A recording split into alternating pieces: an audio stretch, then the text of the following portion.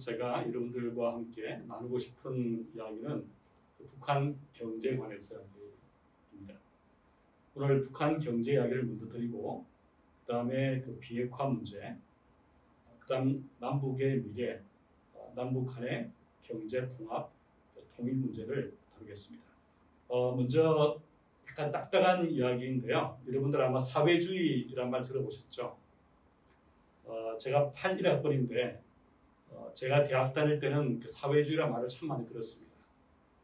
그때는 뭐 소련, 또 동유럽 이런 사회주의 체제가 남아 있을 때였습니다. 심지어는 저처럼 386 혹은 지금 586이라 부르는 세대는 그 당시 그 질풍노도의 세대에 들어갔습니다. 어떤 사람들은 빨리 자본주의가 붕괴하고 그 사회주의로 가야 된다. 뭐 이런 주장을 하는 분도 있습니다. 그래서 저도 이 사회주의 체제가 어떤 체제인가 하는 것에 관심을 가지고 공부를 하게 되었습니다. 지금은 그 사회주의가 오히려 붕괴했고 그 자본주의로 간 경험을 우리가 알고 있습니다. 자본주의가 붕괴해서 사회주의란 게 아니라 역으로 사회주의가 붕괴하고 자본주의를 간 것이 80년대 말과 90년대 초에 구소련 동유럽의 체제 전환 경험이었습니다. 그럼 뭐가 문제인가? 제가 볼 때 사회주의 체제의 가장 큰 문제는 제도적 문제입니다. 그럼 뭐가 자본주의와 다른가? 사회주의와 자본주의 경제 체제의 가장 중요한 특징, 차이점은 첫 번째, 이 소유권입니다. 즉, 그 생산 수단을 누가 소유하는가? 이 사회주의는 국유, 자본주의는 사유죠. 그다음에 두 번째 차이는 경제 활동의 그 조정 메커니즘, 즉 어떤 기제가 경제 활동을 조율하는다는 겁니다.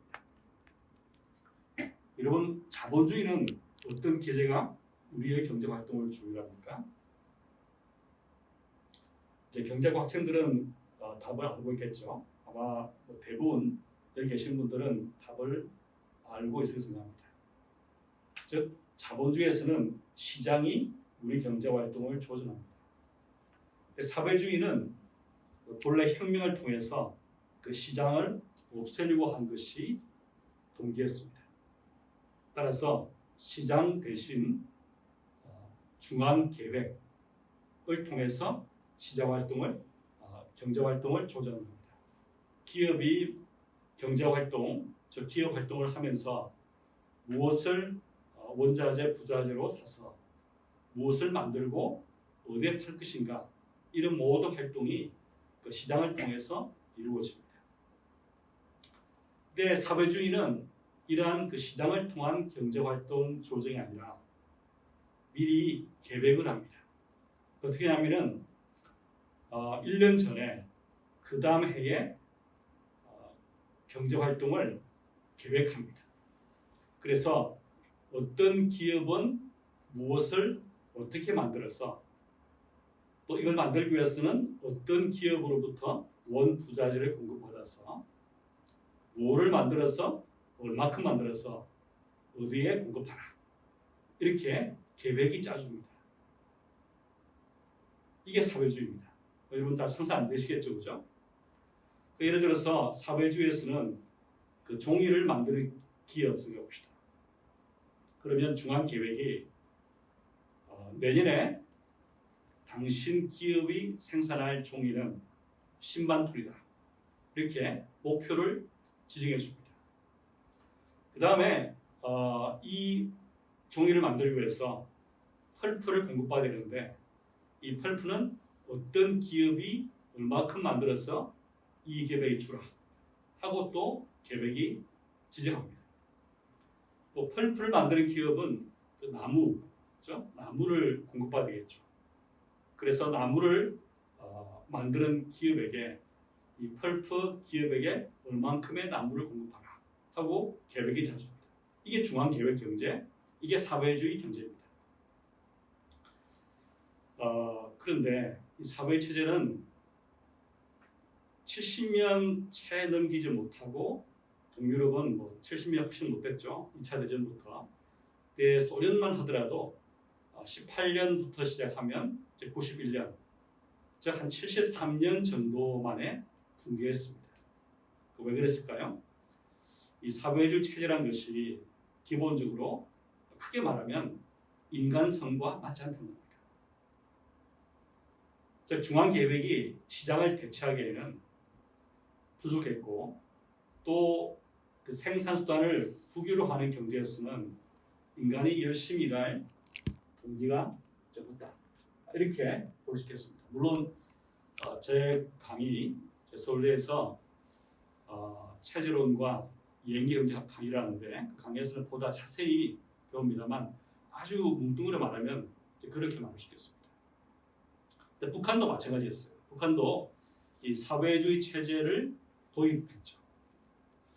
그런데 사실 북한은 뺏기려고 했지만 잘 못 뺏겼어요.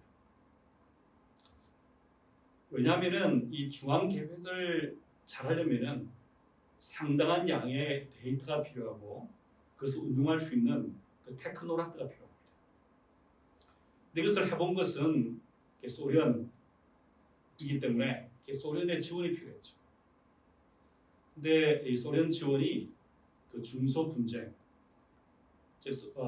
북한의 초기에 중소 분쟁이 있었고, 그 다음에 그것이 이제 인연이 되어서 이어져서 이 중국과 소련 사이에 이제 북한은 등거리 외교를 했습니다. 그리고 50년 한 중반 후반부터 이어졌습니다. 그러다 보니까 이 사회주의의 중앙 계획 경제를 제대로 뺏기 어려웠습니다. 소련의 지원을 하지 않은 문제가 있었던 것이죠. 자, 그러면서 동시에 북한은 그 주체 사상을 내걸었습니다. 즉 사회주의 원조인 소련도 진짜 강이고 그렇다고 중국의 사회주의 체제가 더 낫다 할 수 없으니까 북한은 우리 고유의 사회주의가 있다 하고 주장하게 되었습니다. 그게 그 주체 사상입니다. 사실은 내용은 없어요. 그 주체 사상은 이념적인 도구이지 실제 그것이 경제 활동을 가이드하는 그런 지침으로서는 역할을 하지 못했습니다. 그러다 보니까 이 구소련 동유럽에 비해서 사회주의 중앙 계획의 현실성, 일관성이 처음부터 매우 낮았습니다. 근데 김일성이 마음은 급했죠.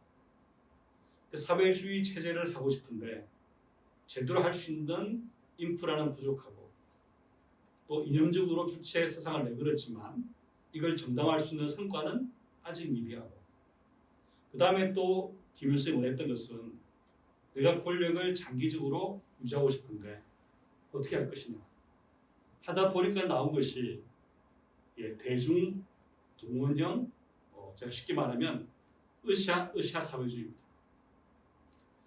본래 소련이나 동유럽의 사회주의는 비교적 과학적으로 운용되었습니다.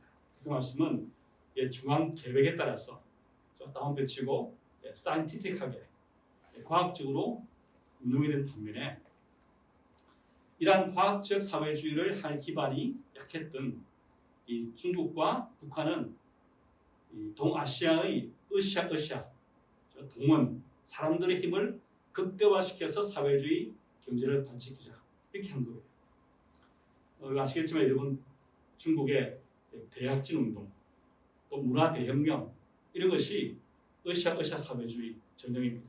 북한도 마찬가지였어요. 근데 북한은 또 그거를 넘어서 다른 나라에 하지 않는 사회주의적 기제를 또 도입했습니다. 그게 뭐냐면 왕조적 독재 사회주의입니다. 중국의 마오쩌둥이나 그 다음에 소련의 스탈린도 기업을 방문해서 현지 지도에서 어떤 제품을 어떻게 만들어라 이런 지시한 것은 많지 않았습니다. 지금까지 북한은 김일성, 김정일, 김정은이 현지 지도, 즉 기업이나 기관을 방문해서 아주 자세하게 지도를 합니다. 근데 이것이 잘 이해가 안 되는 것이 이 중앙계획경제라는 것은 나름대로 이 객관적인 데이터에 의해서 합리적으로 경영돼야 되는데 여기에 주관적인 기재, 다시 말하면 대중동원, 또 김정은, 김정일, 김일성이 가서 현지 가서 지도하는 이러한 주관적인 개입이 결합되게 되면은 그 비일관성을 초래하겠죠.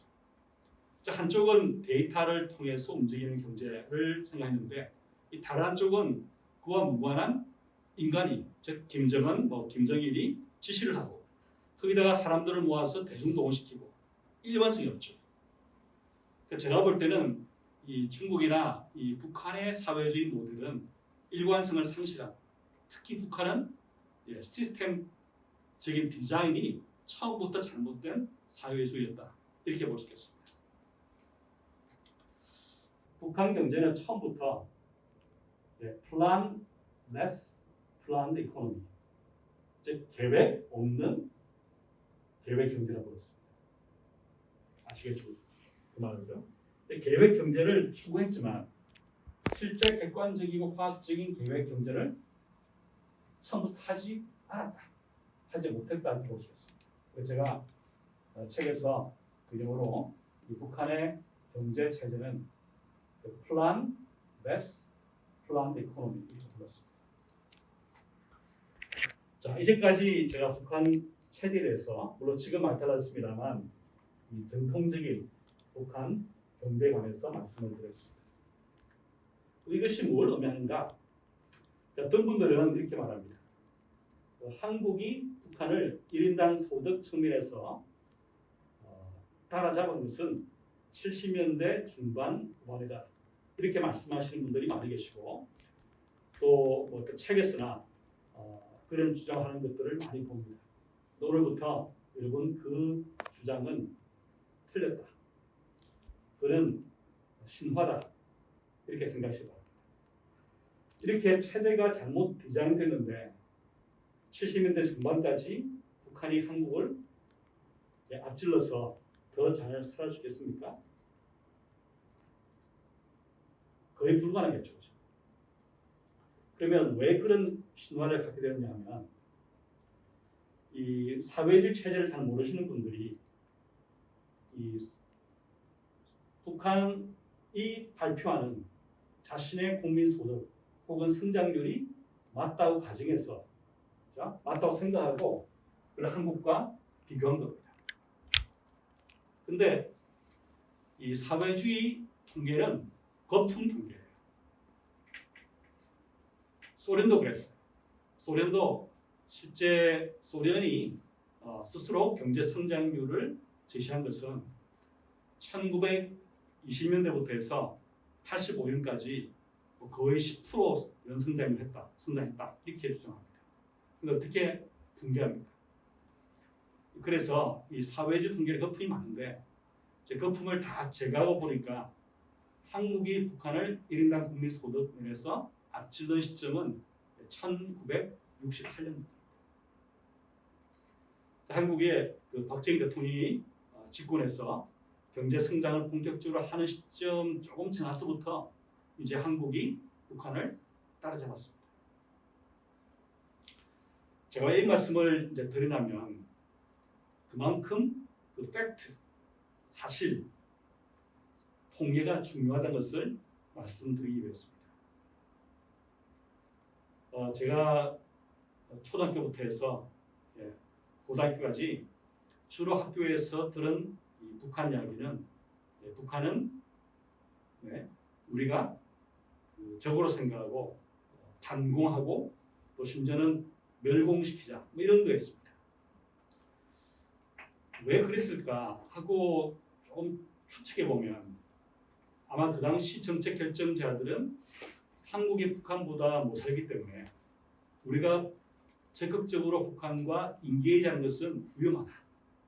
따라서 우리의 수동적인 태도를 정당화시키려면 반공, 멸공을 하자 이런 식으로 정책을 했던 게 아닌가 싶습니다.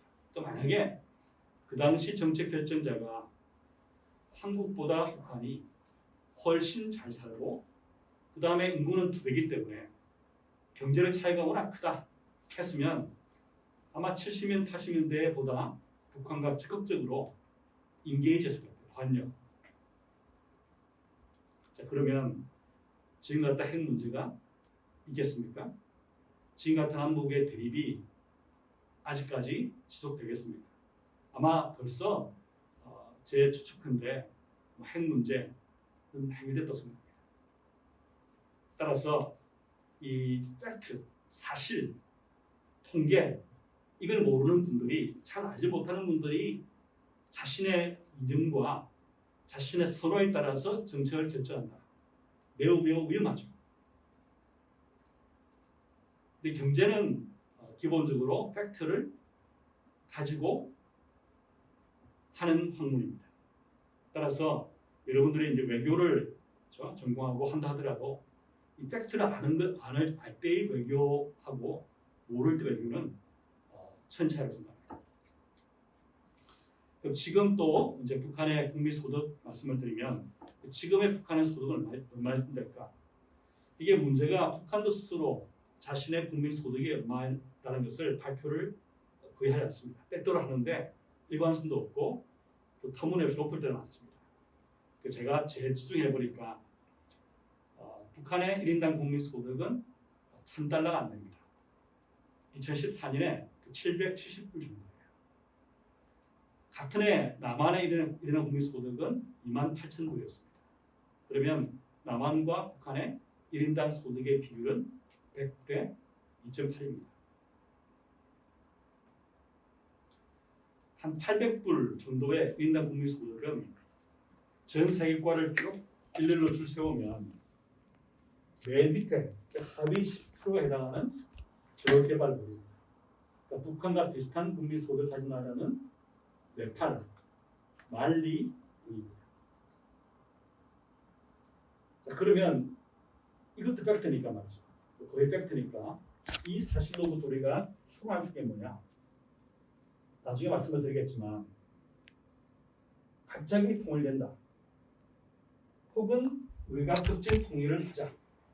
이런 이야기는 주장으로서는 모르겠지만 정책으로서는 매우 위험하고 비현실적이다 생각하시겠죠. 남한처럼 선진국과 전 세계 하위 10%의 소득을 가진 북한이 갑자기 한 나라로서 잘 산다. 매우 어렵습니다. 거의 불가능합니다. 따라서 이 팩트로부터 우리가 어떤 통일을 지향해야 되는가, 어떤 통일이 바람직한가 하는 데에서 우리가 충분히 생각해 볼 수 있습니다. 그럼 지금 북한은 어떤 경제 구조인가? 제가 그림으로 북한 경제 구조를 이렇게 설명해 봤습니다. 어떤 집 앞에 쓰니까 그 집의 문패가 사회주의 공화국으로 되어 있습니다. 근데 집 문을 열고 들어가 보니까 그 집을 지탱하는 두 기둥은 자본주의 기둥입니다. 자본주의에서 빌려온 거예요. 자, 아까 말씀드린 대로 시장을 없애려고 혁명한 공산주의 국가인데 실제 북한을 지탱하는 기둥은 시장입니다. 자, 북한 경제를 지탱해 뭐냐 하면 넘버 1 시장, 넘버 2 무역입니다. 무역도 마찬가지예요. 원래 사회주의는 다른 나라와 무역하지 않고 이 자립, 자족, 그렇죠? 스스로 필요한 것들을 다 만드는 그런 경제 구조를 지향했습니다. 근데 북한은 그것도 아니에요. 대내적으로는 시장, 대외적으로는 무역을 통해서 먹고 사는 나라로 바뀌어버렸어요. 언제 바뀌었냐? 1990년대 중반부터 시장이 생겼고 그 다음에 2000년 들어서 계속적으로 무역이 커져가지고 지금은 이 북한 경제라는 이름만 사회주의 경제를 지탱하는 것은 자본주의에서 빌려온 두 기둥입니다. 무역과 시장입니다. 자, 이게 이제 그 비핵화에 함의를 줍니다. 먼저 얼마만큼 북한 시장화가 편만해집니까? 이 자료는 제 영문책에 나온 자료인데 아마 지금 김정은 시대 때는 북한 시장화가 더 커졌다 이렇게 볼 수 있겠습니다. 예를 들면 북한 주민이 식량을 획득할 때 얼만큼이 공식 경로, 즉 배급이나 또 국영 상점에서 구입하는가 보면 이 100 중에서 4분의 1밖에 안 됩니다. 60%는 시장에서 구매를 합니다. 소비재는 더 그렇습니다. 배급은 13%, 3분의 2가 시장 구매입니다. 물론 일부는 스스로 생산해서 소비합니다. 즉 사회주의라면은 이 배급이나 국영 상점 구매가 식량 소비재의 배분에 절대적으로 중요해지는데 이 북한은 우리 시장이 더 중요해진 거예요. 그리고 북한에서 주민들이 얼마의 소득을 시장을 통해서 버는가 보면 거의 대부분의 소득, 여기서는 70% 이상 있는데 실제로는 90% 하더라도 틀렸다고 제가 만약에 어떤 학생이 답을 쓴다 그러면 채점할 때 틀린 답으로 생각하는 것 같아요. 북한이 사회주의인데 북한 주민의 가계 소득 중에서 70% 이상을 시장 활동을 통해서 하고 있는 거예요. 물론 소련도 이런 시장 활동이 있지만 소련에서는 이 가계 소득 중에서 시장 활동을 통해서 번 소득의 비중은 16%였습니다. 북한은 소련보다 4배 이상 이 기준 따르면 시장화되어 있다 이렇게 볼 수 있겠죠. 이런 사회주의는 한 번도 없습니다. 이런 사회주의는 전무후무합니다. 이게 왜 생겼냐 하면 90년대 중반에 여러분 아시겠지만 이 고난의 행군, 그렇죠? 60만 명, 70만 명이 돌아가신 아사하신 그 고난의 행군 기간 동안에 갑자기 배급이 끊겨지니까 북한 주민들은 생존을 위해서 자기 집에 있었던 뭐를 다 가져가 나와서 팔아서 곡식을 식량을 얻기 위해서입니다. 그래서 밑에서부터 주민들이 시장 활동하기 시작한 거예요. 근데 본래 시장 활동은 사회주의에 어긋난 거지만 이 활동마저 당국이 단속하고 못하게 만들면 기한은 더 증가하고 주민들 불만도 더 증가하겠죠. 그래서 북한 정권이 묵인했습니다. 소비재 식량 시장이 커지면서 이게 다른 시장까지 파급됐습니다.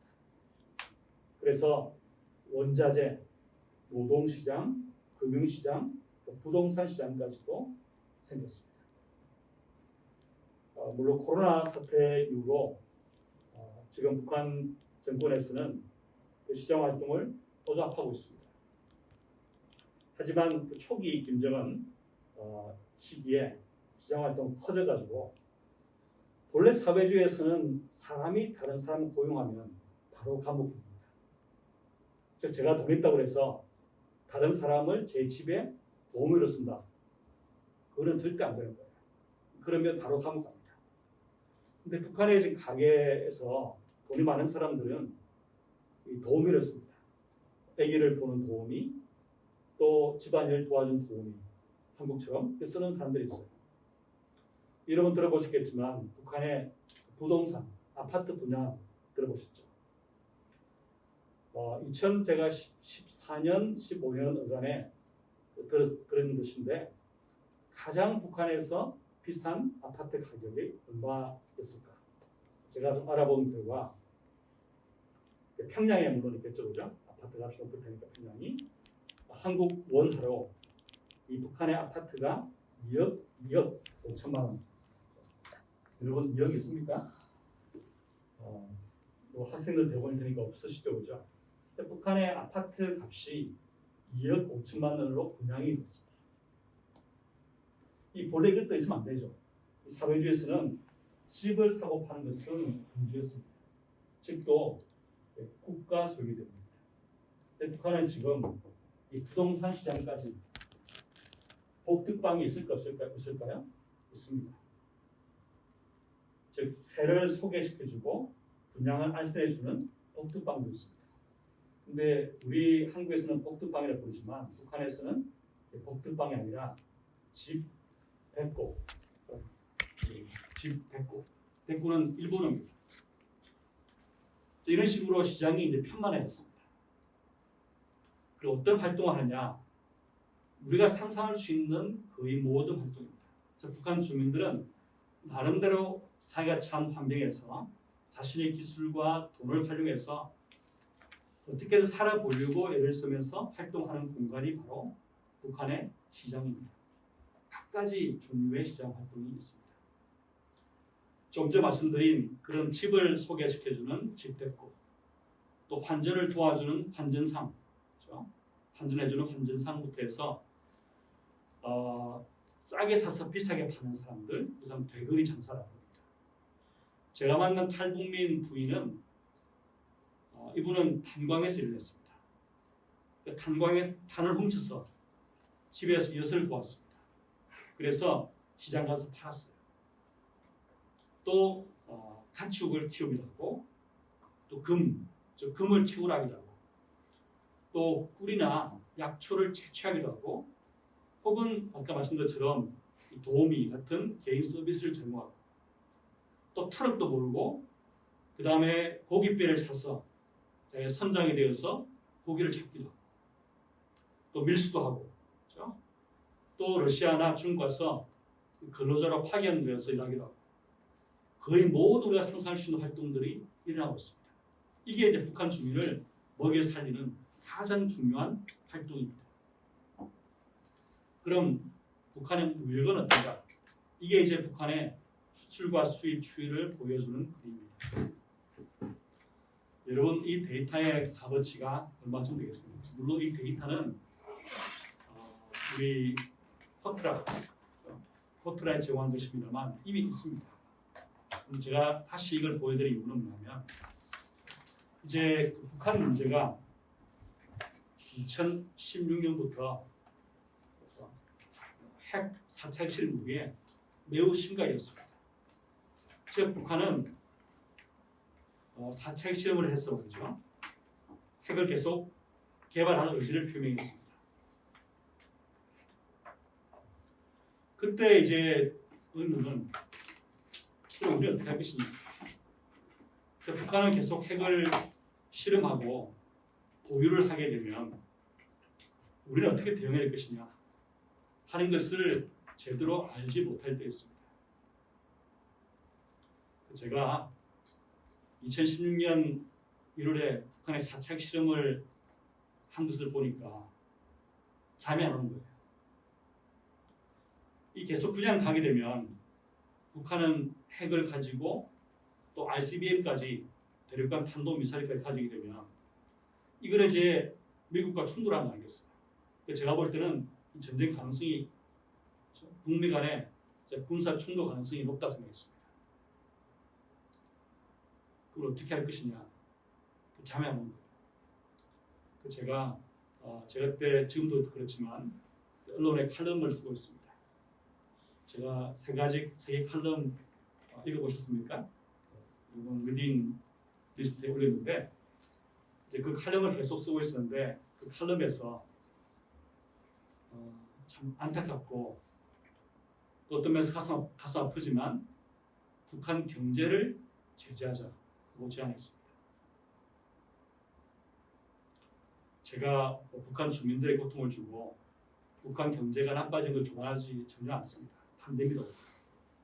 북한 주민이 잘 살고 북한 경제 발전하는 걸 보고 싶습니다. 하지만 핵을 가진 북한이 우리에게 가져다주는 매우 위험한 상황과 북미 간의 충돌 가능성을 하면 할 수 없다. 이 경제를 타협하자. 아까 제가 북한 경제라는 집을 이렇게 비유했죠. 기둥 두 개가 서 있다. 무역과 시장이다. 그럼 저의 제안은 무역 기둥을 제대로 흔들자는 겁니다. 또 무역과 시장은 연결되어 있어요. 따라서 북한의 집을 이제 경제란 집을 그렇죠? 무너뜨리는 거예요. 그러면 이제 북한은 김정 선택해야 되겠죠. 경제를 가지려면 핵을 포기해야 되고, 핵을 줄이면 경제를 포기해야 되고. 자, 김정은이 핵 경제 병진을 하겠다 그러면 저의 제안은 이것을 핵 경제 상충 구조로 만들어낸다고 제안했습니다. 지금 어떻게 됐을까요? 이런 보시는 것처럼 북한의 수출과 수입 추이를 보시면 얼만큼 북한 무역이 감소했는지를 알 수 있겠죠. 즉, 이 꼭지점 2018년부터 해서 2020년간에 북한의 수출과 수입이 급감했습니다. 지금 그림이 조금 안 보이는데 그죠? 2020년 되면 이 북한 수출이 90년 이래 최저입니다. 최저. 즉 2014년을 100으로 둘 때 2020년에 북한 수출의 그 규모는 단 98이 사라져버렸습니다. 제가 이제 제재를 하자 하고 이야기를 하니까 그것을 또 안 좋게 생각했던 분들 주장은 북한은 사회주의 경제이기 때문에 자력 갱생하는 경제, 다시 말하면 무역을 별로 하지 않을 텐데 어떻게 무역을 치는 제재가 효과 있겠나 하는 그런 의구심을 많이 표현했습니다. 이제 그 의구심은 감정적 이해는 됩니다. 이런 것은 북한이 잘 되면서 핵도 포기하면 제일 좋겠죠. 그런 길이 있을까 하는 생각에서 그런 질문을 던졌을 합니다. 근데 또 그분들이 놓치고 있는 것은 팩트, 사실을 놓치고 있습니다. 사실 북한 경제의 대외 의존도는 2010년 이후 급증해서 전 세계 평균에 육박했습니다. 즉 제재가 효과 없다고 생각하시는 분들 그 근거가 북한은 무역을 하지 않는 그 폐쇄 경제라는 것은 그 팩트 오류입니다. 위의 점선이 전 세계 평균 무역 개방도입니다. 이것은 월드뱅크 데이터에서 나온 거예요. 밑에 실선은 북한의 대외 의존도, 무역 의존도입니다. 그거는 이제 앞에서 말씀드린 코트라에서 북한의 수출과 수입을 합하고 그 다음에 이제 분모로 북한의 국민 소득 나누면 그게 무역 개방도 혹은 대외 의존도입니다. 2014년 보면 전 세계 평균 무역 개방도가 60%였는데 북한은 52%였습니다. 즉 북한은 전 세계 평균만큼이나 무역을 통해서 먹고 산 나라로 바뀐 거예요. 여기에 있는 무역은 공식 무역만 포함되기 때문에 이 북중 국경 간의 비공식 무역 합치게 되면 실제 북한은 한국만큼이나 무역 의존도 높다 해도 과언이 아닙니다. 근데 만약 한국의 수출이 98% 줄었다. 한번 생각해 보세요. 상상해 보세요. 한국의 삼성전자 반도체를 하도 팔지 못하고 또 철강, 자동 수출 하도 못하고 뭐 그래도 아마 수출 감소는 한 30, 40%일 겁니다. 근데 98% 감소한다. 이러면 한국 경제가 뜨겁다. 이렇게 말할 수 있겠습니까? 당연히 엄청 충격을 받겠죠. 북한도 마찬가지입니다. 이런 높아진 무역 개방도가 2016년, 17년에 제재, 즉 경제를 치는 제재가 효과가 있었던 기본적인 원인입니다. 그런데 이러한 무역 기둥이 흔들리면 시장 기둥도 흔들리고 북한 전체의 권력 구조에 균열이 발생합니다. 왜냐?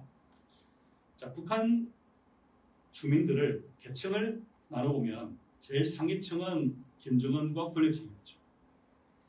제일 이제 밑에 있는 분들은 일반 주민일 테고 그 중간 관료를 중간으로 본다 그러면 이 세 계층이 어떻게 사는가, 어떻게 돈을 버는가 보면 제일 위에 있는 김정은과 권력층은 무역을 하고 외화벌이 통해서 돈을 법니다. 예를 들어서 러시아나 중국에 파견된 북한 근로자들이 돈을 벌면 그 중에 한 3분의 1, 40% 정도는 북한 정권의 충성 자금으로 바칩니다. 그럼 김정은 수입이겠죠. 그 다음에 그 사람들 돈을 버는 돈 중에 일부를 권력층이 떼갑니다. 권력층 돈 들어가는 거죠. 일단 북중 무역할 때 커미션이 많습니다. 중국의 수출업자가 이 북한 수출업자에게 커미션을 주는데 실제 이런 수입을 하는 북한의 기업이나 기관은 권력층에 연결되겠죠. 권력층의 돈을 받습니다. 일반 주민은 시장 활동하고 밀수가 주된 수입원입니다.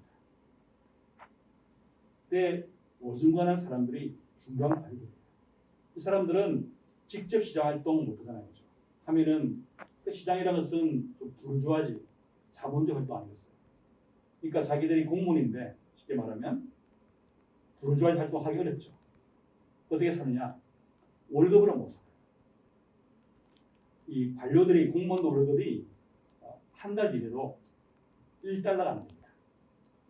북한 돈으로 3,000원 정도인데 지금 북한의 환율이 1달러 6,000원입니다.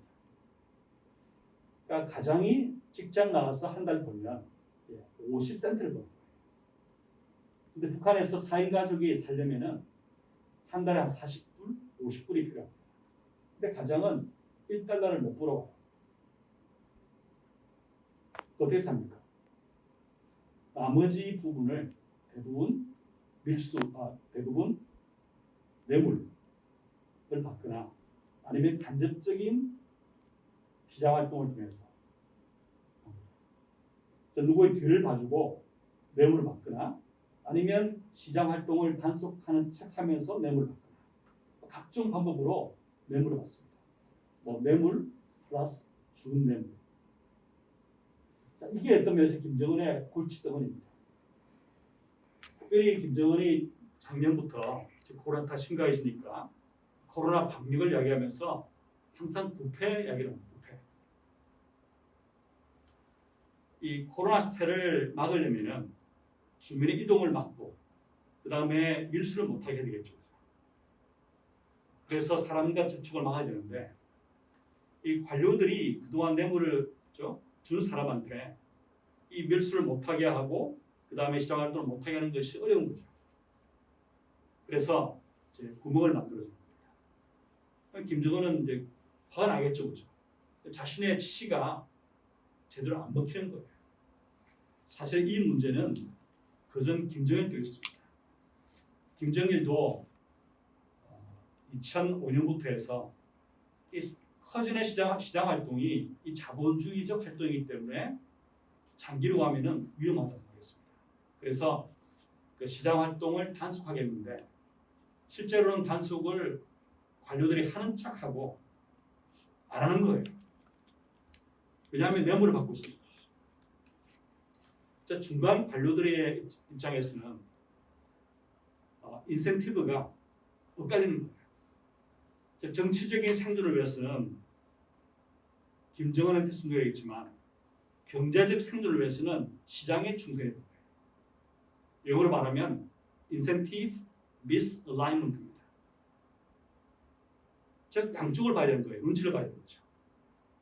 그래서 위에서 즉 김정은이 어떻게 지시하더라도 내 경제적 생존을 보장받지 못하는 그런 지시는 사보타지하는 거죠. 하는 척하면서 들어봐주는 거예요. 안 그러면 자기가 못 사니까. 이게 이제 김정은 체제, 사회주의 체제의 균열이라고 보겠습니다. 그러니까 이게 이미 일어나고 있다고 봅니다. 물론 이것이 북한 체제 붕괴는 아니에요. 사회주의는 본래 부패가 심했습니다. 근데 북한은 더 심한 거죠. 자, 이것이 이제 북한의 경제 구조이고, 그다음에 이제 북한 비핵화 관련해서 북한의 그 성장률이 얼마쯤 되는가? 우리 한국에서는 한국은행이 북한 경제 그 성장률을 추정합니다. 위에 있는 그 숫자가 한국은행 추정치고요. 근데 언론에서나 또 여러 곳에서 저한테 사전에 물어봅니다. 한국은행 수치가 나오기 전에 교수님은 얼마로 추정하느냐 물어볼 때 제가 이 정도라고 답하는데 그게 밑에 나왔습니다. 보신 것처럼 크게 차이가 없어요. 근데 한국은행 추정치도 문제가 있습니다.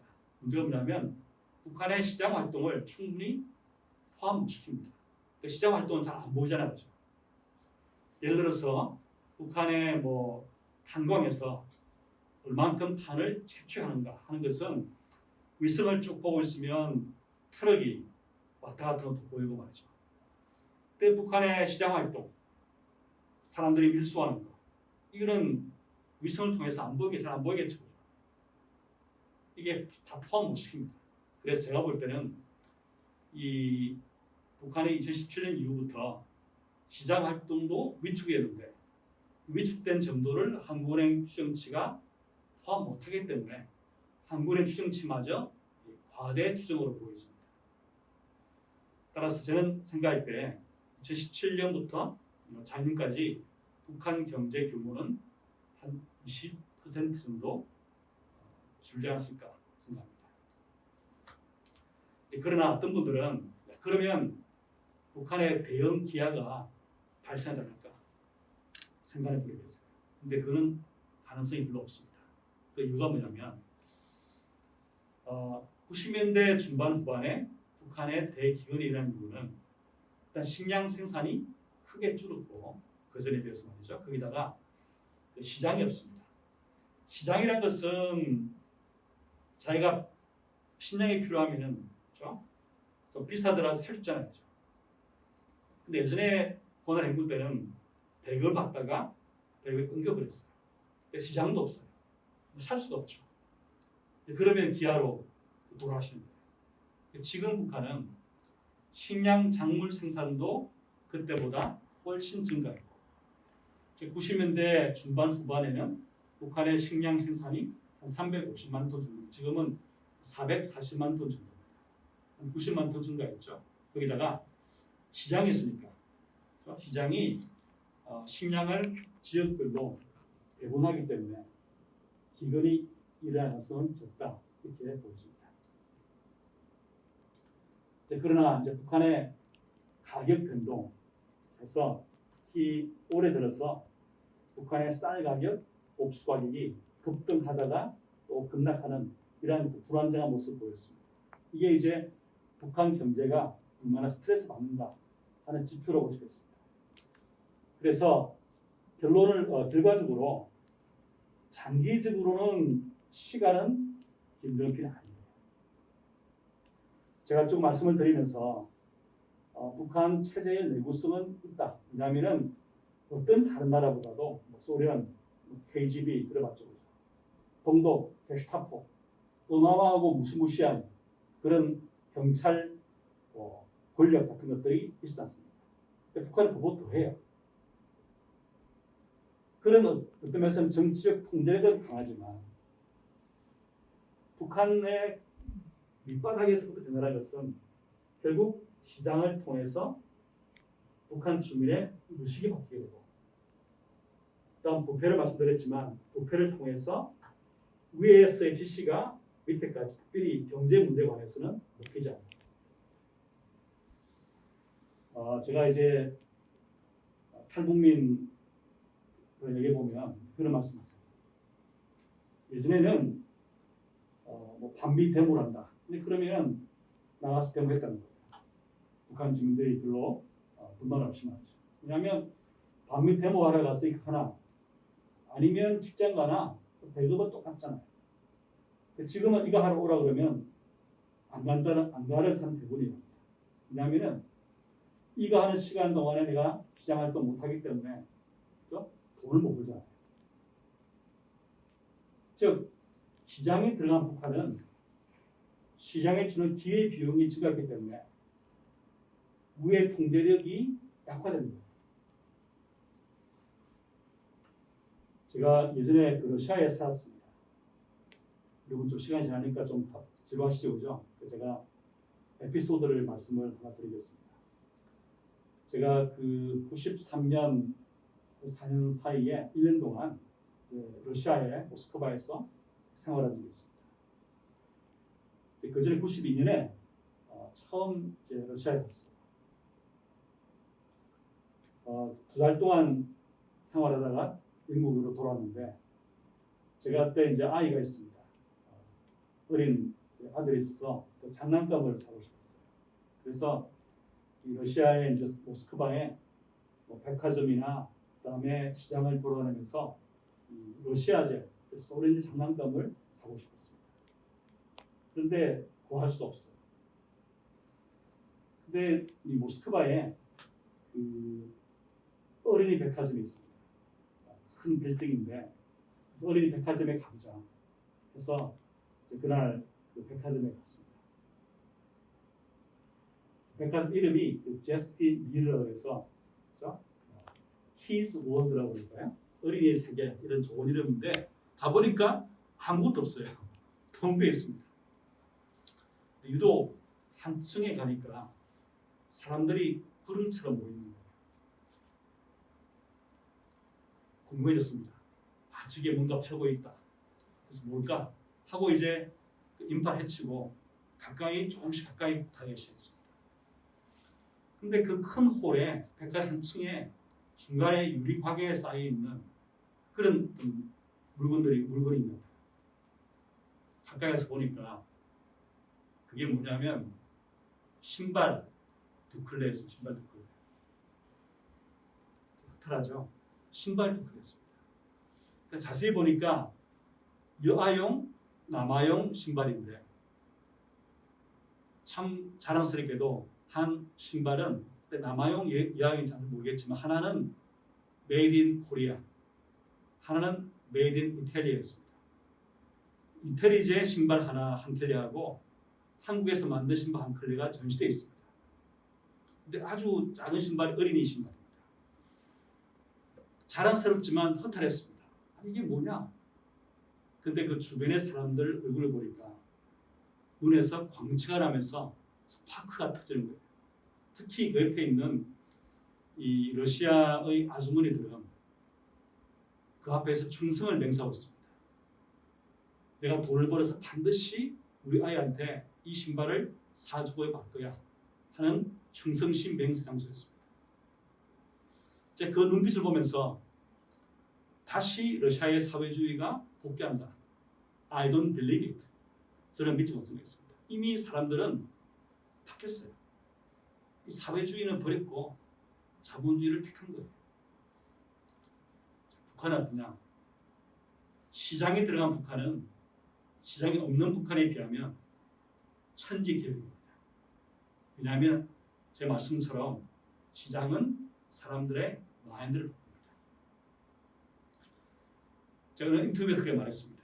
시장이 없는 북한이 구석기 시대라 그러면 시장에 들어간 북한은 청동기 시대다. 청동기 시대. 차원이 다른 거예요. 과연 그런 증거가 있느냐? 있습니다. 제가 탈북민 데이터를 모아서 연구를 하고 있습니다. 한국에 지금까지 한 33,000명 정도가 오셨습니까? 그중 일부는 이제 연구를 하시기도 하고 아주 일부는 또 북한으로 방문 계세요. 한 3만 명 정도 될 텐데 그 중에 한 10% 정도를 데이터를 모았습니다. 지금까지 연구를 하고 있는데 이제 북한의 시장 활동을 한 분들과 안 한 분들이 자본주의를 지지한 정도가 다른가 하는 것을 실증적으로 분석했습니다. 즉 자본주의적 가치가 내재화가 되느냐 시장 활동을 통해서 봤습니다. 답은 예스입니다. 그렇습니다.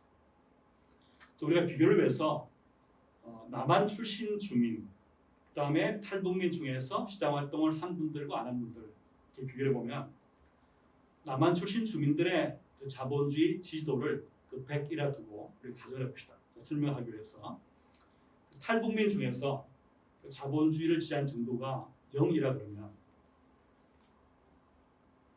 탈북민 중에서 시장 활동을 한 분들은 그 자본주의를 한 40 정도 지지합니다. 아시겠죠? 다 똑같은 조건인데 시장 활동을 한 분들은 안 한 분들에 비해서 자본주의를 한 40% 정도 더 지지합니다. 즉 쉽게 말하면 북한에 살지만 몸은 북한에 있지만 시장활동을 통해서 마음은 남쪽으로 반쯤 기운 사람들이 자생적으로 북한에 생기고 있습니다. 이게 북한의 미래입니다. 제가 소련 사회주의를 이제 박사 논문부터 연구를 했는데 소련도 마찬가지였습니다. 이미 소련 주민들이 70년대가 되면은 마음으로부터 사회주의를 버립니다. 이게 안 돌아가는 거예요. 북한도 마찬가지입니다. 이게 안 돌아간다 알고 있습니다. 사회주의 안 돌아간다 알고 있어요. 그렇다 해서 이 사람들이 공개적으로 비판하고 대들지 못하지만 마음으로는 이미 사회주의를 다 디스카드하고 버리고 있습니다. 쓰레기 넣고 있는 거예요. 이게 북한의 모습입니다. 자, 그래서 김정은은 어떻게 할 것이냐? 자기 생존하고 싶겠죠. 생존. 2013년에 김정은이 핵 경제 병진 노선이라 부르면서 국가 노선을 주창했지만 저는 그 노선이 국가 노선이라기보다는 김정은의 생존 코드를 읽혔습니다. 생존 코드를 읽혔습니다. 즉 핵 경제 병진 노선이라는 것은 핵을 가지면 나의 권력을 외부 위협에 지킬 수 있고 경제를 주면 내부의 불만이 없어지니까 나는 경제와 핵을 동시에 쥐고 장기 집권하겠다 하는 생존 코드였습니다. 제가 말씀드린 것처럼 그러면 제가 제안한 이 제재라는 것은 핵 경제 병진 노선을 핵 경제 상충 구조로 바꾸는 것이었습니다. 지금까지 어떤 면에서는 북한이 더 이상 도발하지 않고 있는 것은 어떤 면에서는 이 제재가 들어가서 핵 경제 병진을 핵 경제 상충으로 바꾼 결과입니다. 물론 우리 정부가 2018년에 평창 올림픽을 계기로 해서 정상회담을 가진 것도 일부 기여했겠지만 더 중요한 기여는 저는 제재라고 생각합니다. 쉽게 말씀드리면 스위치가 지금 불이 이제 와 있지 않습니까? 불이 오려면 두 가지가 필요하겠죠. 하나는 전기가 연결되시겠죠. 또 하나는 스위치를 켜야 되겠죠. 켜는 것은 사람이 켜는 거죠. 하지만 전기가 안 들어와 있으면 아무리 켜더라도 불이 안 켜지겠죠. 바로 제재가 전기와 똑같습니다. 그것을 우리 정부가 스위치 온을 시킨 거죠. 더 중요한 것은 이 전기를 흐르게 한 제재라고 보입니다. 어떤 분들은 제재는 북한 주민의 고통을 주고 북한 경제에 고통을 주기 때문에 왜 하느냐 이런 분도 계세요. 근데 저도 마찬가지입니다. 안 하면 좋겠지만 이거 실패할 경우에 우리에게 돌아오는 또 국제사회에 돌아오는 또 북한 주민에게 돌아가는 그런 코스트가 워낙 크기 때문에 할 수밖에 없다고 생각합니다. 그러면 김정은은 어떻게 하려고 하느냐? 아마 김정은은 내가 완전한 비핵화는 하기 싫다. 왜냐하면 핵이 없으면 누가 나라를 지켜줄까? 하지만 제재가 들어가고 있으니까 이걸 해제받으려면 일부는 비핵화하겠다. 예를 들어서 영변 핵시설 파괴할 수 있고, 그렇죠? 그 다음에 더 이상 핵개발 안 할 수 있고 이런 핵 분축은 가능하지만 완전한 비핵화 싫다 하는 게 솔직한 마음 아니겠습니까? 그래서 협상이 나오더라도 일부 비핵화, 핵 군축하고 그 다음에 제재를 해제받는 걸 교환하고 싶다. 이거 아니겠습니까? 근데 한국과 미국은 북한의 완전한 비핵화하고 제재 해제를 교환하고 그 다음에 북한이 원하는 그 체제 안전 보장을 교환하고 이런 식의 아마 목표로 전략일 겁니다. 그럼 중국은 어떠냐? 중국은 복잡합니다. 왜냐하면 중국 입장에서는 이 목표가 북한 자체를 있지만 이 북한 카드를 미중 관계에 활용하는 겁니다. 따라서 북한을 이용해서 미국을 견제하고 하는 것이 중요합니다. 물론 한반도 비핵화를 원하지만 북한 또 남한 모두에 핵이 없는 게 중국에 낫다 생각했지만 또 동시에 이 북한 카드를 가지고 어떻게 미국의 압박과 견제를 좀 모면해 볼까 하는 카드로 쓰고 있습니다. 함께 발을 맞춰도 북한 비핵화 어려운데 지금 미중이 어떤 면에서 게임을 벌이는 그런 상황입니다. 북한 문제가 더 풀기 어렵겠죠. 이 김정은의 전략과 약점. 김정은은 저는 그렇게 보입니다. 계속 우리는 버틴다. 또 버틸 수 있다. 하고 계속 보여주면 미국이 제재도 안 되는구나 해서 힘이 빠지겠죠. 그때 협상하자. 이라서 가지고 그렇죠? 그래서 핵 군축 전도를 하고 제재 해제받는 거. 이걸 노리는 것 같아요. 근데 내부적으로 좀 어려우니까 이 사상투쟁, 반부패 운동을 벌이면서 이 사상적인 무장을 강조합니다. 근데 이것도 수가 다 익히고 있습니다. 제가 칼럼을 쓰고 있는데 이제 칼럼의 그 주된 내용 중 하나가 이제 김정은의 속셈을 이해해서 알려주는 겁니다. 제가 볼 때 김정은 머릿속에 들어가 있는 것들이 어떤 것인지 대부분 이해가 됩니다. 이거 공개된 자리이기 때문에 좀 어렵습니다만 제가 수업할 때 농담으로 이렇게 말한 적이 있습니다. 농담입니다. 약간 진실이 포함된 농담입니다. 지금은 좀 덜 그런데 2016, 17년 특히 북한 문제가 매우 심각해질 때 그랬습니다. 그 당시에 제가 가장 많이 생각한 사람은 누구였을까요? 2016년, 17년, 18년까지도 하루에 가장 많이 떠올린 사람이 누구였을까요? 하고 학생들 물어봤습니다. 여러분들 기대하는 답이 뭐예요? 제 아내? 제 아이들이 아니라 그 당시는 김정은이었습니다. 잘 때도 일할 때도 하루 종일 김정은 생각할 때 많았습니다. 그가 뭐 생각할까? 뭐 때문에 이렇게 할까? 김정은이 훨씬 저한테는 그 당시에 중요한 특히 이 생각의 변동에서는 사람이었습니다.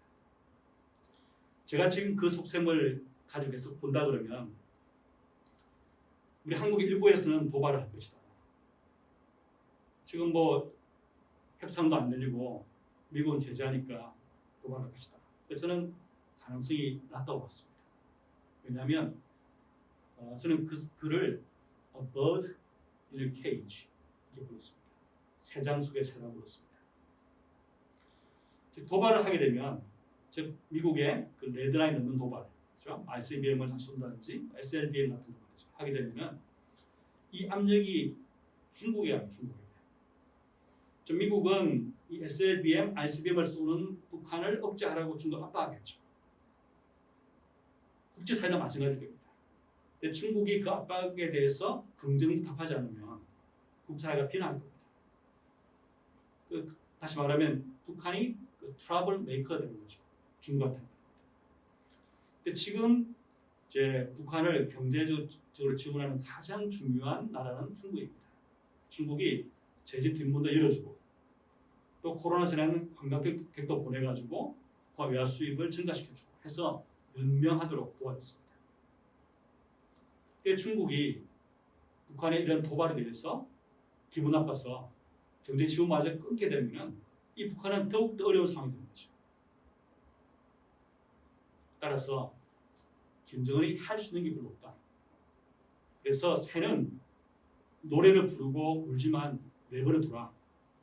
중요한 것은 케이지, 그가 새장 속에 있다는 거다 하고 강조를 했습니다. 우리 언론에서나 우리나라에서 너무 김여정이 뭐라 그러더라, 김영철이 뭐라 그러더라 이런 담화, 이야기에 신경 말씀들은 보지만 별로 신경 안 씁니다. 중요한 것은 새장의 구조입니다.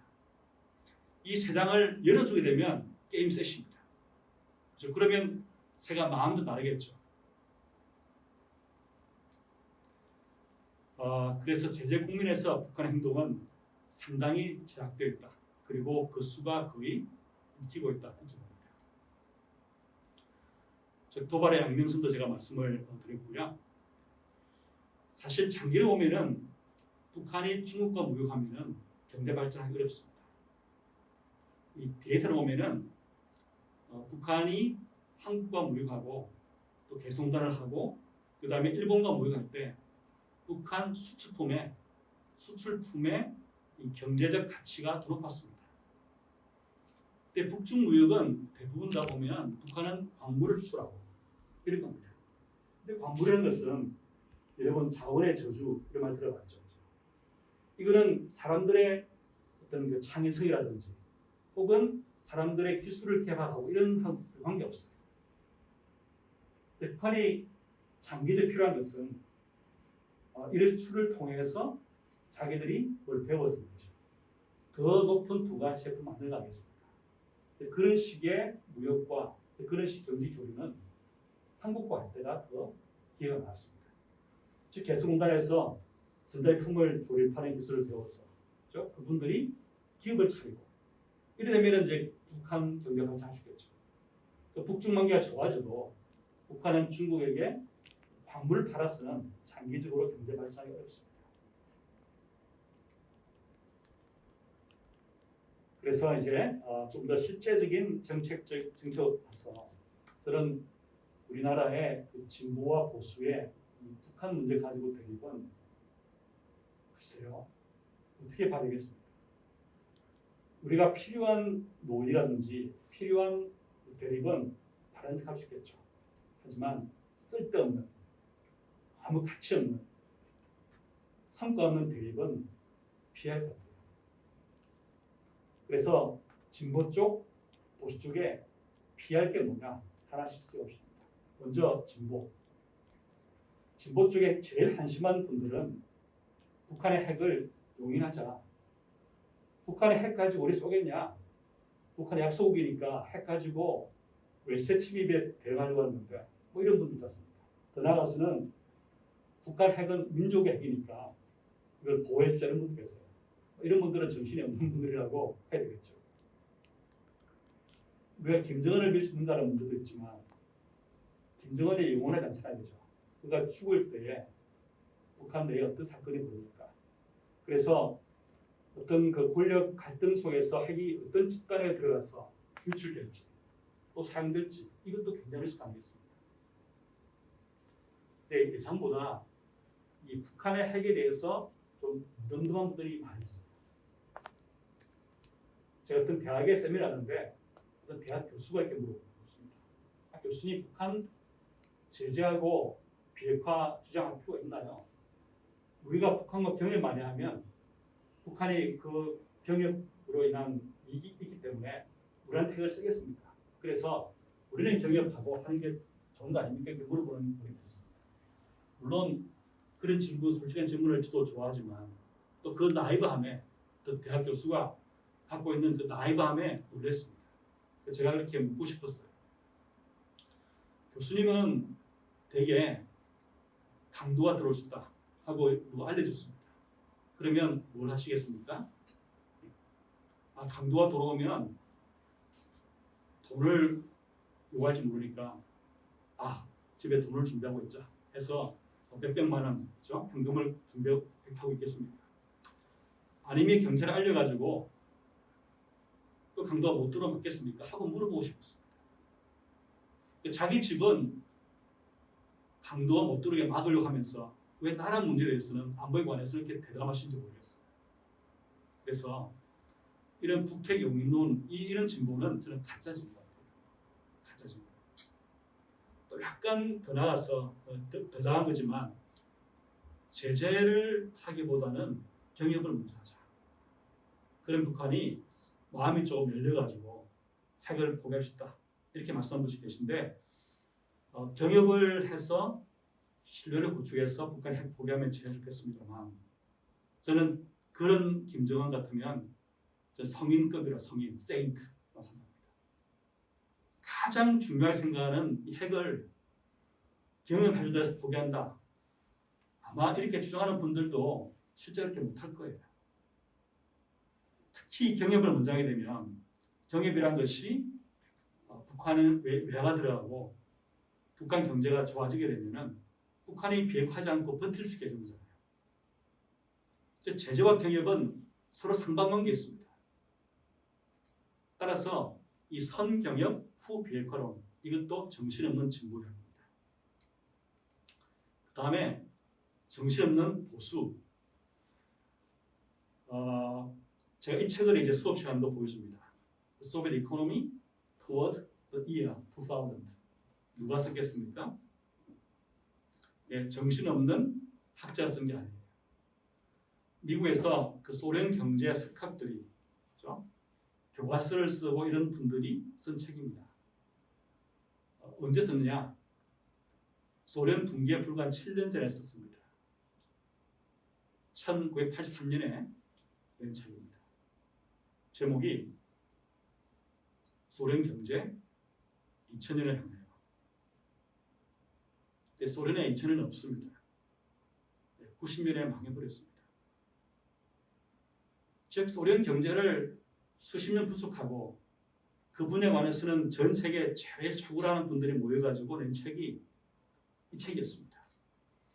이렇게 세계의 석학들도 못 맞추는 체제 붕괴를 어떻게 보수로 맞춥니까? 한국 보수는 신통방통 능력이 있습니까?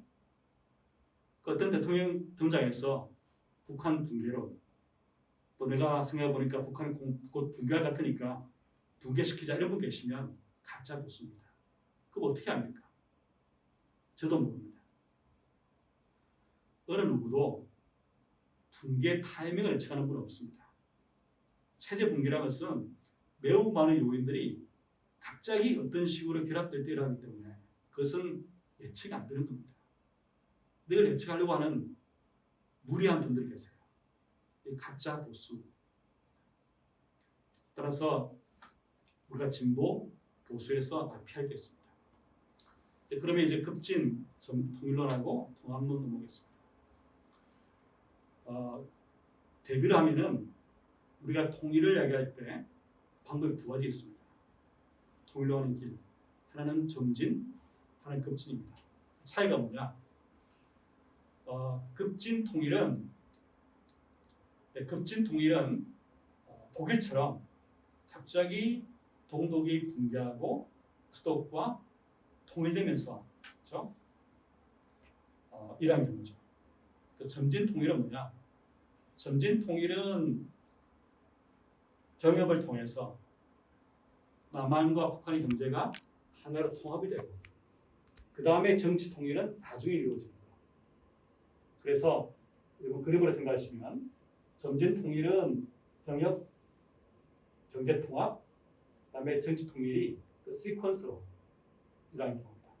급진 통일은 경제 통합과 정치적인 통일이 같이 일어나는 겁니다. 독일처럼. 장단점이 물론 있죠. 급진 통일은 장점이 불가역적입니다. 우리가 통일을 원하면 급진 통일 해버리면은 그 다음에는 못 돌아갑니다. 하지만 단점도 있죠.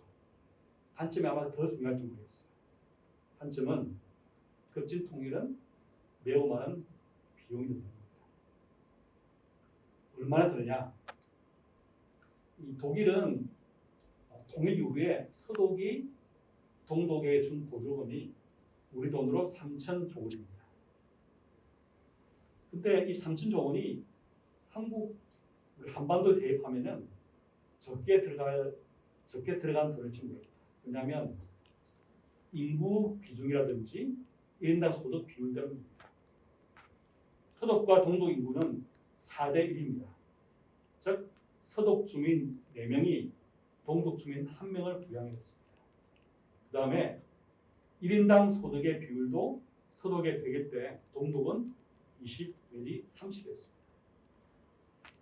남북한은 인구 비로 볼 때 2대 1, 즉 남한 주민 2명이 북한 주민 1명을 부양해야 되고, 앞에서 우리가 본 1인당 소득 비율 보면은 100대 2.8이죠. 즉 남한의 부담이 훨씬 큰 거예요.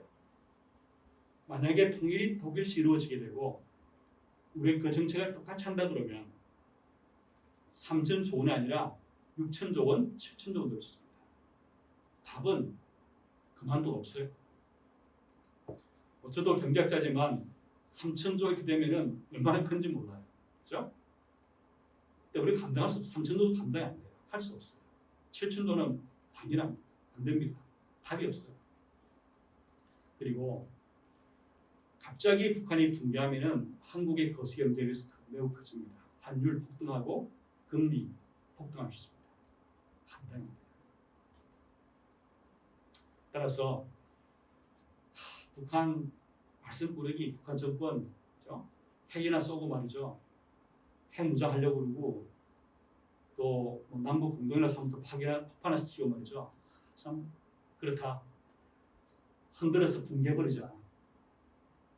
그런 생각은 할 수 있습니다만 그런 정책은 할 수 없습니다. 그런 정책 폐기되면 그런 파급 효과가 우리 감당 안 될 수 있습니다. 제가 이 문제는 또 나중에 약간 더 말씀을 드리겠습니다. 그래서 결국 지금 당면 과제는 북한 비핵화이고 북한 경제가 더 발전하려면 그와 동시에 북한 체제가 자본주의로 바뀌어야 돼요. 그게 개혁 개방입니다. 또 체제 이행이에요. 그렇죠? 북한이 경제적 발전하려면 하나의 과제는 비핵화하는 것이고 또 하나의 과제는 북한 체제의 자본주의를 전환입니다. 이게 동시에 일어나야 됩니다. 동시라는 것은 같은 시기가 아니라 둘 다 있어야지 북한 경제가 발전될 수 있습니다. 그런데 그럼 우리가 어떻게 할 것이냐? 일단 용어부터 한번 정리해 봅시다. 경제협력 혹은 경협이라는 것과 경제통합, 그 다음에 통일은 서로 다른 개념이에요. 경제협력은 두 지역이나 국가가 상호 간의 경제 관계에 대해서 그 전반적인 합의가 없더라도 개별적인 사업을 위주로 하는 겁니다. 개수공단, 금강산 관광 같은 것이 영입이겠죠. 그러면 경제통합은 뭐냐? 통합은 제도적 균일성이 있는 거예요. 예를 들어서 유럽연합 같은 말이죠. 지금 유로존 같은 경우는 같이 똑같은 화폐를 쓰고 있죠. 유로죠. 그것이 제도적 균일성입니다. 남한과 북한이 합의가 되면은 하나의 경제 공동체로 되는 거예요. 그래서 남한과 북한의 그 제도가 서로 통합이 되고, 그렇죠? 이런 과정이 있는 거예요. 이게 통합입니다. 그 통일은 그 정치적으로 통일되는 거죠. 이걸 구분할 필요가 있습니다. 그런데 경제적으로 볼 때 가장 우리에게 편익을 키워주는, 말해주는 때는 경협의 때가 아니라 경제 통합의 때입니다. 제 추정치부터 포함해 보면 이 남한과 북한 경제가 잘 통합되면은 북한 경제는 연 13%까지 성장하고 남한 경제는 해마다 0.7 혹은 0.8%포인트 추가 성장한다. 예전 대통령은 통일 대박이라고 그러시고 지금 대통령은 경협 대박이라고 말씀 안 했지만 그런 어투로 말씀하시는 몇 번 있습니다. 2년 전인가요? 그때 일본의 수출 규제를 할 때 대통령께서 좀 화나시는지 남북 간의 경협을 하면 단숨에 일본을 따라한다 이런 말씀하신 적이 있는데 그거는 팩트 오류입니다. 경협을 통해서는 안 돼요. 경제가 통합될 때 됩니다. 경협이라는 것은 남한과 북한이 개성공단 같은 사업을 한 것인데 그것만으로서는 남한 경제가 크게 편익을 못 누립니다. 즉, 이 북한 경제 규모가 지금 남한의 광주, 광역시의 절반 정도입니다. 이런 절반 정도의 북한 지역과 남한이 경협을 통해서 큰 편익을 남한이 누린다. 이거는 답이 안 나오는 그러한 틀린. 하지만 북한 경제가 자본주의로 체제를 전환하면서 남한과 북한 경제가 하나의 경제 공동체가 되면 막대한 편익이 있습니다. 제가 이제 정치하시는 분들한테 꼭 이 그림은 가르쳐드리고 싶어요. 이 경협 단계에서는 그 Y축은 연평균 성장률입니다.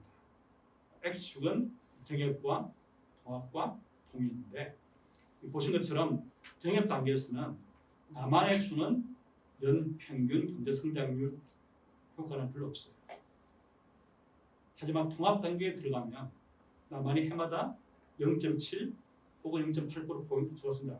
그러면 남한의 해마다 북한 덕분에 일자리가 4만 개, 5만 개 더 만들어집니다.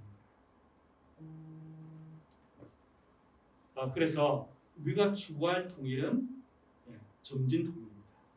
급진 통일은 코스트가 워낙 크고 하기 때문에 이걸 추구하기는 없습니다. 저는 그렇게 얘기합니다. 급진 통일은 프리페, 준비하는 것이고 점진 통일은 퍼스하는 것이고 그렇죠? 추구하는 것이고 그러니까 정책적으로는 둘 다 대비를 하겠지만 급진 통일은 대비하고 점진 통일은 추진하고 하는 것이 필요합니다. 남북 경협의 현안에 관해서는 지금 북한 비핵화 이런 이야기 있습니다만 이제 북한 비핵화 얘기는 제가 앞에 좀 했고요. 북한 경제가 발전하려면 사실은 세 가지 과제를 다 풀어야 됩니다. 매우 어렵습니다. 왜 그러냐? 북한은 사회주의죠. 경제 발전하려면 체제를 자본주의 바꿔야 됩니다. 하나 과제죠. 또 북한은 저개발국이니까 성장해야 됩니다. 성장. 두 번째 과제입니다. 세 번째는 남북 경제가 통합돼야 됩니다. 세 개죠. 세 개. 근데 이 세 가지를 동시에 푼 나라는 없습니다. 중국도 시장 경제로 체제를 이행했고 그다음에 저개발국에서 중진국 이상으로 성장했죠. 근데 경제 통합 이런 건 별로 없습니다. 동유럽도 독일 보면 동독 보면은 시장 경제로 체제를 바꿨고 수도과 경제를 통합했지만 추격형 성장은 없습니다. 남한과 북한의 이 세 가지를 동시에 풀어야 됩니다. 그런데 이 하나하나가 경제학에서는 매우 어렵고 중요한 문제입니다. 우리가 그동안 성장하는 것도 어렵았습니다. 근데 북한은 세 가지를 다 풀어야 됩니다. 그만큼 어려운 것이다. 그래서 체제 전환에 드는 여러 가지 사례들, 목표, 방법, 그다음에 성장에 필요한 방법, 사례, 또 통합에 필요한 방법, 사례 등을 제가 제시했습니다. 이건 좀 더 경제학적인 문제이기 때문에 이 강의에서는 스킵하도록 하겠습니다. 요약하면은 이 체제 이행과 남북 경제 통합과 이 성장을 선순환 구도로 엮어야 됩니다. 어떤 분들은 경협하면 다 좋아진다 생각하지만 그렇죠. 예를 들어 볼까요? 어떤 분들은 북한이 가장 필요한 것이 에너지다, 에너지. 전기 같은 거 아니겠어요? 그 전기를 주자. 그럼 북한이 이제 좋아진다. 그래서 저는 과연 그럴까? 하는 의문을 던집니다. 왜 그렇겠습니까? 북한의 체제를 자본주의로 할 전환 의도가 없어요. 사회주의를 구성하고 싶어 한다. 생각합시다. 그러면 남한이 제공한 전기를 받으면 이 전기를 어디에 주겠습니까? 사회주의 기업에게 주겠죠. 그런 식으로 사회주의를 임명하겠죠. 그러니까 북한에 미래가 없어요. 우리가 주는 전기가 제대로 쓰려면 새롭게 생겨나는 자본주의에서의 사유 기업들에게 들어야 되겠죠. 그래야 북한 경제가 발전됩니다.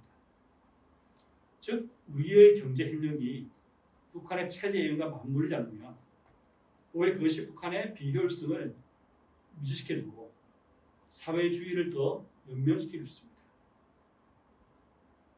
즉 이 체제 이행과 남북 경제 통합과 이 성장은 하나의 선순환 구도를 만들도록 짜야 됩니다. 이런 고민 우리 정부가 하고 있을까요? 제가 그동안 우리 정부 옆에서 직접 아니지만 지켜본 결과는 제가 모르는 것도 있을 수 있습니다. 제 짐작컨대 안 하고 있는 것 같아요. 심지어는 모르는 것 같습니다. 매우 단기적이에요. 당장 이런 문제 급급하지. 이런 식으로 북한 경제 발전을 위해서 어떻게 정책을 마련하고 이 선순환 구도를 이끌까? 이런 고민하는 사람들 없어.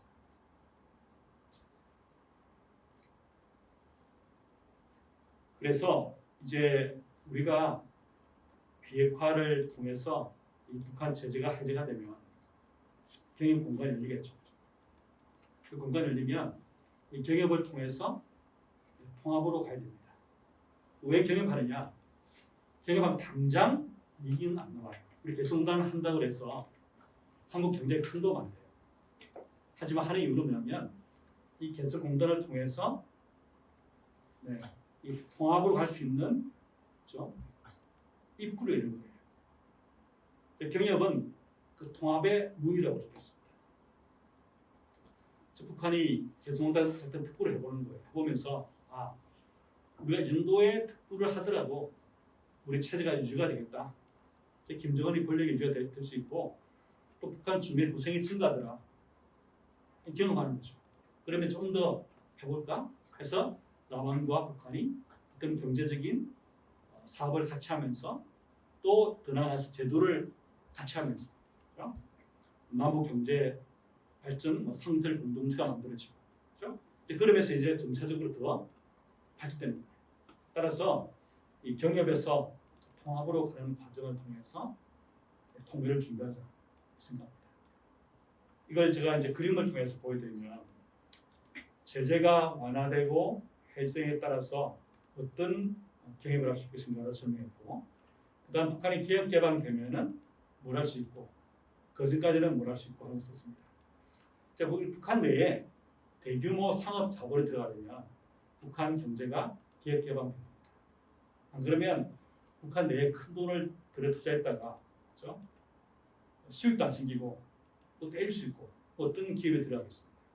따라서 북한 경제 발전은 첫 번째 비핵화, 두 번째 북한의 개혁 개방이 달립니다. 이렇게 보시면 되겠습니다. 약간 이제 밝은 미래 생각해 봅시다.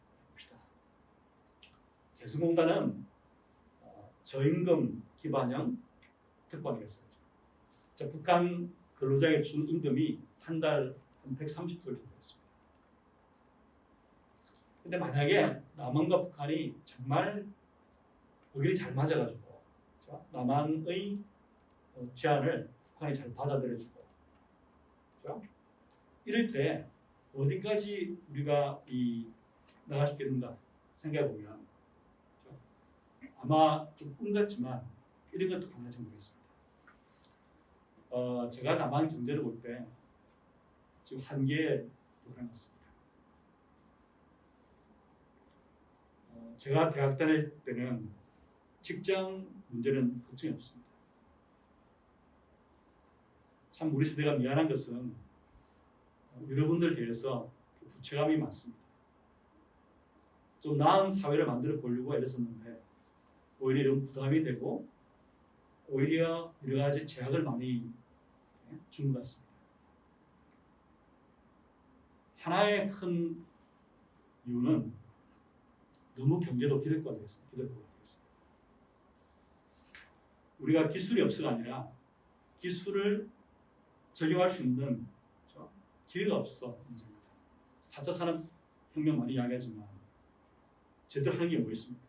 다 규제로 막혀있고 기득권 막혀있죠. 근데 북한을 생각해보면 북한에 기득권이 없어요. 김정은의 유일한 기득권일 텐데 이 사람만 의거리하면 모두 가능합니다.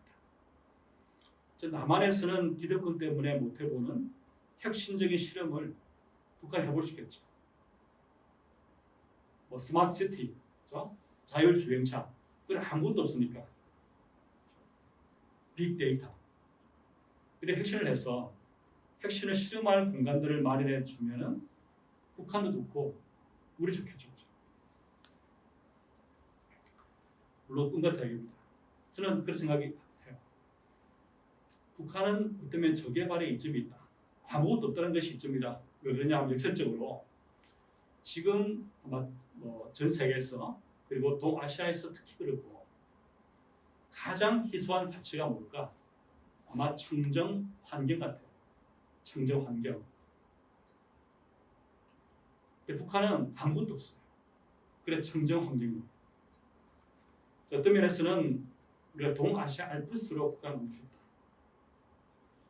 오염이 적고, 그렇죠? 청정 환경을 유지하면서 북한을 발전할 수 있는 그런 방안이 없을까 하는 생각도 해봅니다. 그래서 이제 남북 관계를 생각할 때 최선의 접근은 비핵화를 하고, 그다음 경협을 하고, 경제를 통합시켜서 나중에 통일하는 것. 다음 정부도 이 비핵화를 어떻게 뚫고, 그렇죠? 지날 수밖에 없겠죠. 이걸 우회해서 할 수는 없습니다. 만약에 비핵화 실패한다 그러면 매우 중요한 한국 미래에 제약이 생길 거예요. 우리가 북한의 미래 생각할 때 경제 발전을 위해서 표현해 보겠습니다. 자본, 기술, 인적 자본 제도 아니겠습니까? 근데 자본 기술은 북한만 준비되어 있으면 남한이나 국제사회가 공유할 수 있습니다. 제도도 마찬가지입니다. 근데 과연 북한 주민이 준비가 되어 있을까? 즉 북한 주민의 인적 자본이 더 발전된 남한의 자본이나 기술을 받아들일 만큼의 준비가 되어 있는가 하는 거죠. 북한 주민의 인적 자본의 질이 어느 정도인가. 한국의 대기업에 들어가서 북한 주민을 고용했을 때 이분들이 거기서 일할 수 있을까? 그래서 기업들한테 이윤을 낼 수 있도록 할 수 있을 것이냐 하는 문제가 있겠죠. 그래서 제가 이제 두 가지 결과를 보여드리겠습니다. 하나는 레이븐 시험 테스트입니다. 이거 뭐냐면 시험을 보는 거예요. 레이븐 테스트라는 것은 그 도형만 가지고 유출을 해서 그 사람들의 그 인지 능력 등으로 그러니까 cognitive ability를 측정하는 겁니다. 그래서 남한 출신과 탈북민 사이에 차이가 있는가. 그 다음에 또 우리 중국 동포를 초청해서 이 세 그룹을 대결해 봤습니다. 해보니까 이 남한 출신 주민과 그 탈북민 사이에는 모든 연령대에서 이 X축은 연령대입니다. Y축은 레이븐 시험 테스트 결과입니다. 모든 연령대에서 남한 출신 주민이 월등히 높습니다. 다시 말하면 우리 남한 출신 주민 대비 그 북한 주민의 인적 자본은 매우 낮다. 흥미로운 것은 우리 중국 동포를 넣으니까 연령이 50대 중반 이후는 그 북한 중 탈북민과 똑같습니다. 하지만 점점 더 젊어지면서 이 남한 쪽으로 중간에 이게 점선인데요. 남한 쪽으로 수렴해서 20대는 남한 출신과 차이가 거의 없어요. 즉 우리가 통일이 준비됐다 하고 말할 수 있으면 지금 중국 젊은 사람들이나 남한 출신 젊은 사람들의 인적 자본 격차가 없을 때 통일되면 제일 좋아요. 그러면 한국 기업이 그냥 북한 주민 고용하면 되는 거예요. 바로 일해서 그렇죠? 이윤을 냅니다. 근데 지금 50대 이후에 중국 주민의 인적 자본 수준, 지금 탈북민 수준을 들어가게 되면 북한이 열려도 남한 기업에 가서 북한 주민 고용하면은 이윤을 못 내요. 어떤 기업이 북한 들어갈 수 있겠습니까?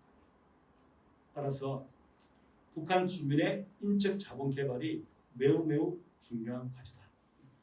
어떻게 할까? 탈북민 대상으로 많은 연구가 필요합니다. 거기서 연구를 해서 어떤 면에서는 키트죠. 어떤 그 정책적인 키트를 개발해야 돼요. 그래서 북한 주민이 열렸을 때에 북한 들어가서 그런 키트를 배포를 해서 배포한다는 말은 나눠준 게 아니라 그런 과정을 통해서 북한 주민량을 끌어올려야겠죠.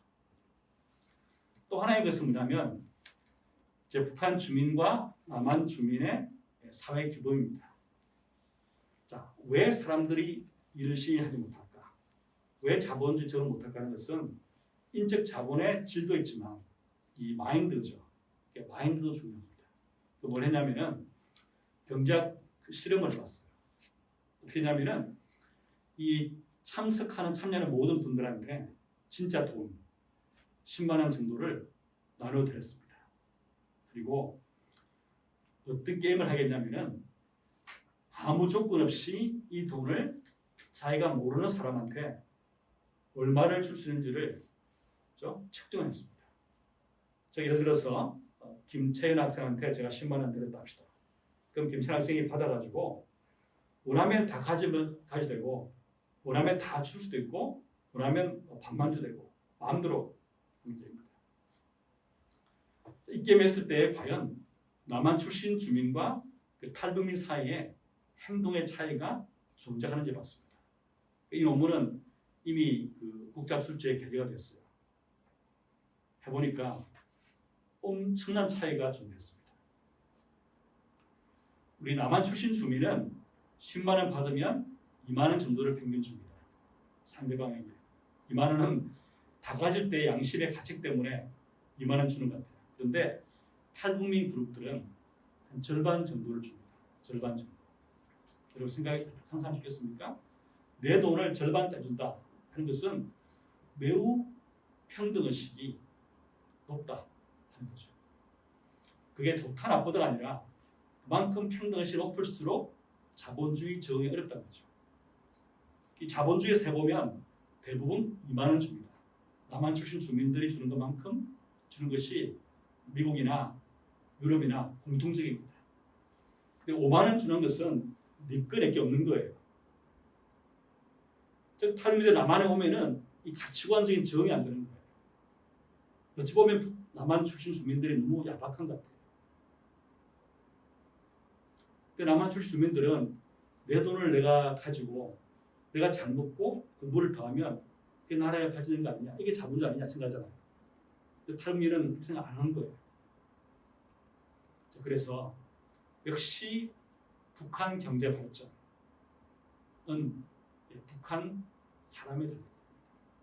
인적 자본을 개발하고 가치관을 좀 더 자본주의 친화적으로 바꾸어주는 그런 정책에 들어가서 이게 제대로 실행이 될 때 그때가 진정한 통일 준비, 통일이 준비된 때다. 좋겠습니다. 여러분 좀 도움이 됐습니까? 사실 마스크 벗으면 더 재미있게 말할 수 있는데 오늘 제가 마스크를 끼고 하는 바람에 약간 제가 평소 실력보다 약간 덜 재미있게 했습니다.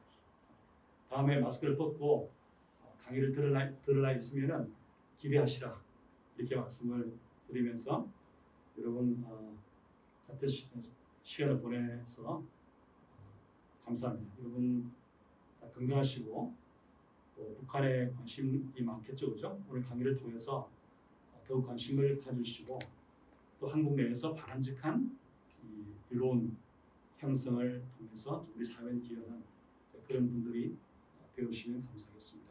고맙습니다.